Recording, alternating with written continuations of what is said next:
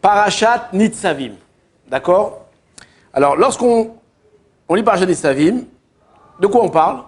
D'abord, on voit que Moshe Rabbeinu va réunir le peuple et il va commencer à leur dire les dernières recommandations. D'accord? Maintenant, qu'est-ce qu'il va leur dire? Atem Nitzavim Ayam Kulechem. Maintenant, voici que vous vous teniez tous. Vous êtes tous là. Vous êtes tous là. Qu'est-ce que ça signifie, vous êtes tous là? Qu'est-ce qu'il a voulu leur dire? Alors, là-bas, Rashi nous explique. Alors, d'abord, il fait un petit détour, Rashi. Il nous demande pourquoi est-ce que Parashat Nitzavim, elle est juxtaposée avec Parashat Kitavo. Qu'est-ce qui s'est passé dans Kitavo? Rappelez-vous, on a dit la semaine dernière. Dans Kitavo, on a vu deux choses. On a vu les bénédictions, mais on a vu aussi les malédictions. D'accord? La semaine dernière, on a insisté beaucoup sur la bénédiction. Mais il y a aussi des malédictions dans Kitavo. Combien de malédictions? 98 malédictions. Et c'est pour cela qu'on va juxtaposer Parashat Nitzavim. Pourquoi? Nous dit Rashi. Parce que lorsque les Bnei Israël, ils ont entendu les 98 malédictions, qu'est-ce qui s'est passé? Ils ont été terrifiés, ils ont eu très très peur. Ouais, comment on va s'en sortir? On est foutus.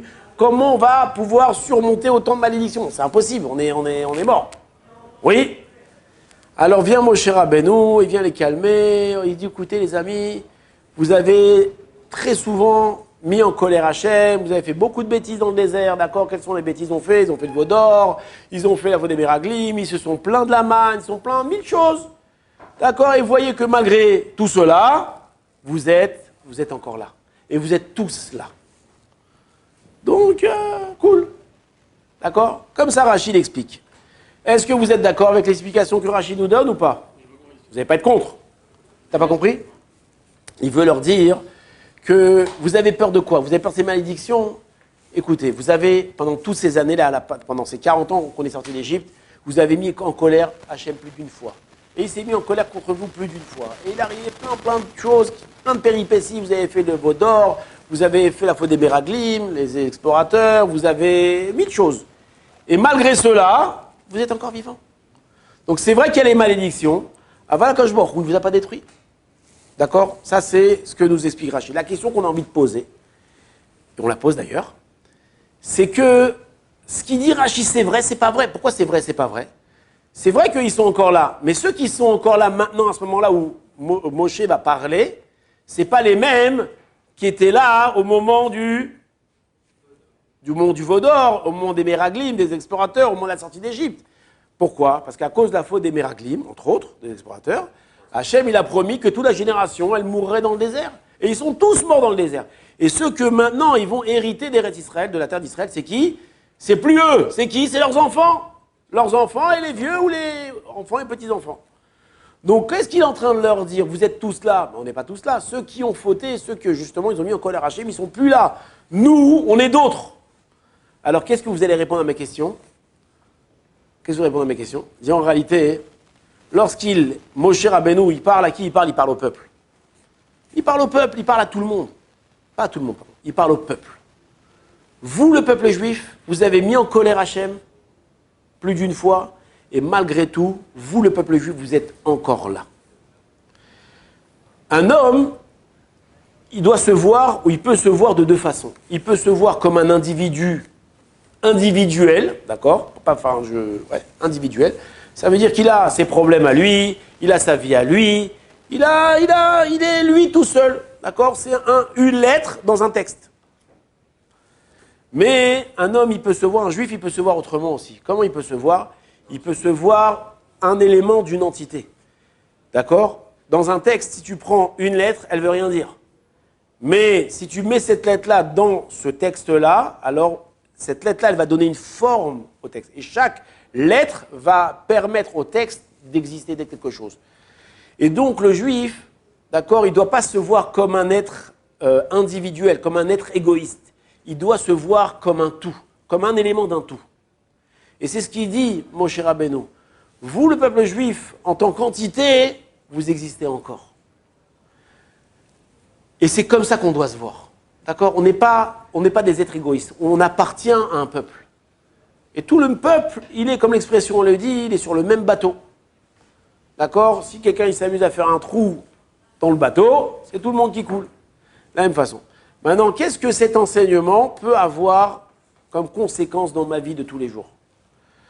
Alors en réalité, c'est très très pertinent ce qu'on dit ici. dit des fois, par exemple, on va donner plusieurs exemples, l'homme, il a envie de se venger. D'accord? Pourquoi? Quelqu'un lui a fait du mal. Maintenant, il voit l'autre comme un autre individu. Et donc, il veut se venger contre lui. Viens aussi, on nous a dit que non, vous n'êtes pas un individu et un autre individu. Vous êtes un peuple, vous êtes ensemble. On a une parabole, Machal Lema Davardomé, parabole à quoi elle ressemble. C'est qu'un jour, il y a un bonhomme, il est parti chez le dentiste. Il a dit, monsieur, s'il vous plaît, je veux que vous m'arrachiez cette dent-là, cette dent-là, cette dent-là et cette dent-là, les 4 dents.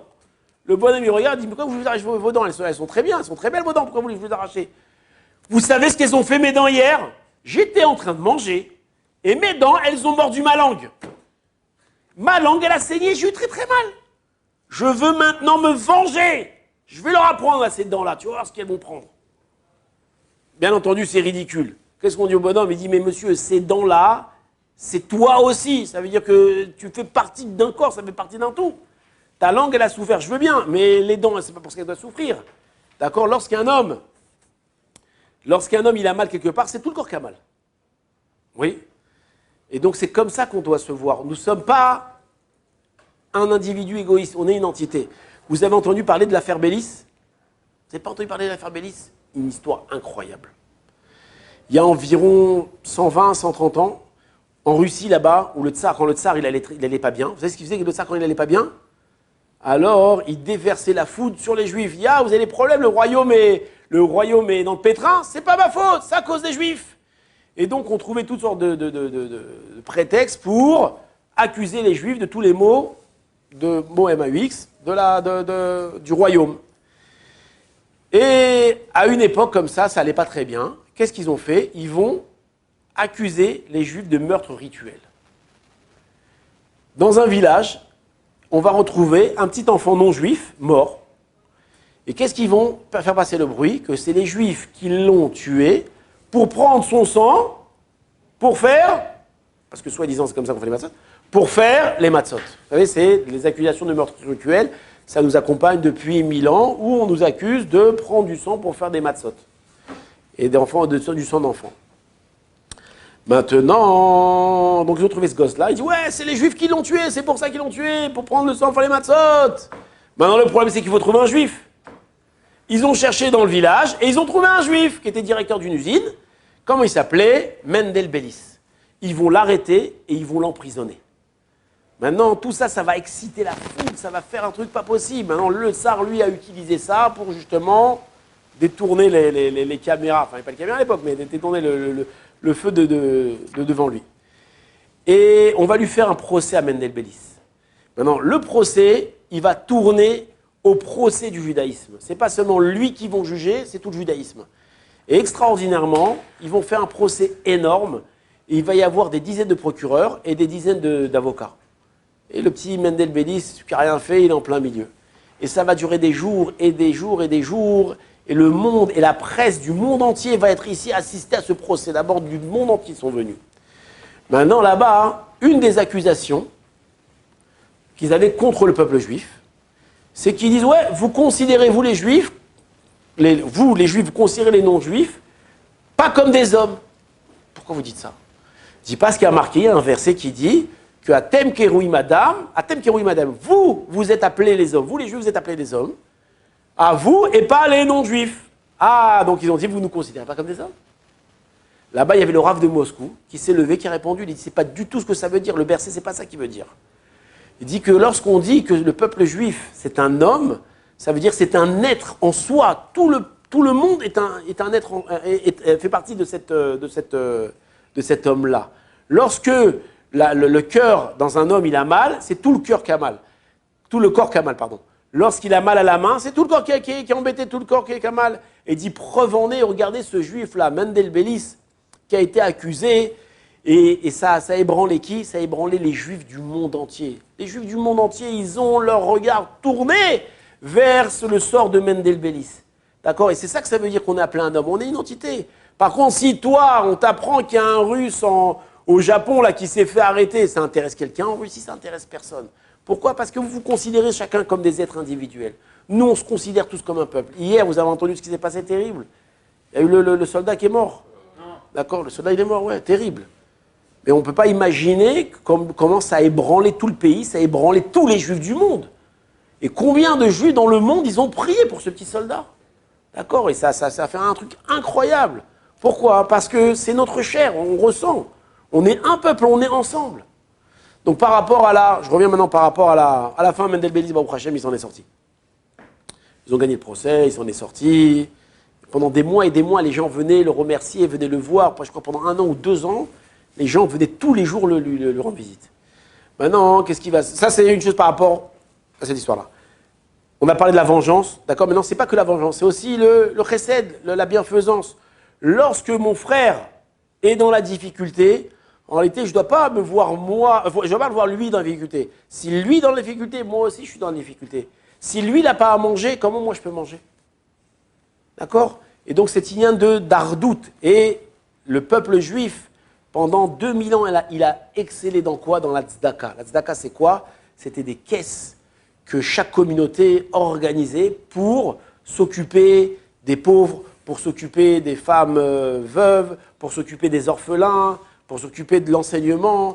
D'accord? On a très souvent essayé de nous imiter, souvent imité, jamais égalé. D'accord? Toutes les communautés juives avaient une force dans la tzedaka et tout le peuple était uni. Les riches supportaient les pauvres de façon incroyable, de façon majestueuse. Pourquoi? Parce qu'ils ont compris, on est un peuple, on est tous ensemble. Maintenant, une autre façon de voir cet enseignement-là, on raconte qu'un jour, le Rav Shalom Shvadron, il marchait dans la rue, il était avec son fils.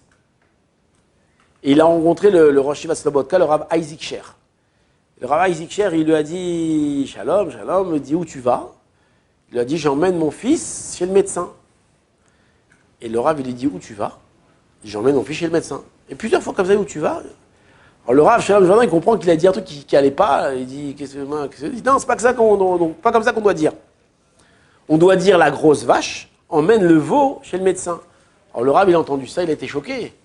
Il dit, qu'est-ce que le Rav? Parce qu'il a senti qu'il faisait une réprimande. Qu'est-ce que le Rav veut dire? Il dit, c'est pas comme ça qu'on parle. On dit, j'emmène un enfant chez le médecin et il s'avère que c'est mon fils. Cet enfant que tu emmènes chez le médecin, c'est vrai que c'est ton fils. Mais c'est pas parce que c'est ton fils que tu l'emmènes chez le médecin. Parce que c'est un enfant qui a un problème, qui a mal, qu'on doit emmener chez le médecin. Et c'est comme ça qu'on doit voir, on doit voir les enfants des autres. D'accord? Il y a des enfants à la synagogue, Shabbat, ils sont venus, ils ont fait un peu de balagan à la synagogue chez nous. On les a pas vus. Ils ont versé du jus par terre, ils ont mis des verres d'eau, truc, c'est tombé sur les jambes, ils ont fait On les a pas vus. Quand on est revenu, toute la synagogue, elle était sale. Alors dans la synagogue, qu'est-ce qu'ils ont dit? Ouais, il faut venir, il faut les renvoyer, il faut les trucs, il faut les... Et là-bas, il y en a un qui dit, pourquoi on doit les renvoyer? Qu'est-ce que si tu vas renvoyer ce gosse-là, qu'est-ce qu'il va devenir? Par contre, tu renvoies un gosse dans une synagogue, qu'est-ce qu'il va devenir? Et si c'était tes enfants? Non, moi, c'est mes enfants, je les éduquerais, j'essaierais de leur parler. Et pourquoi, quand c'est les enfants des autres, tu leur parles pas? Quelle différence entre tes enfants et ces enfants-là? C'est la même chose. Donc, de la même façon que tu cherches le bonheur et tu cherches à éduquer et tu cherches à faire avancer tes propres enfants, tu dois faire tout pour faire avancer les enfants des autres aussi. Il n'y a aucune différence.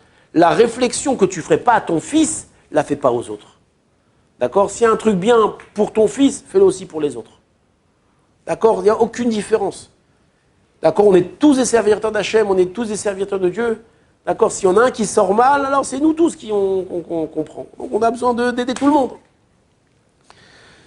D'accord? Donc on voit que se voir comme un peuple, se voir comme une entité, ça a une influence sur nos vies, ça a une grande conséquence sur nos vies.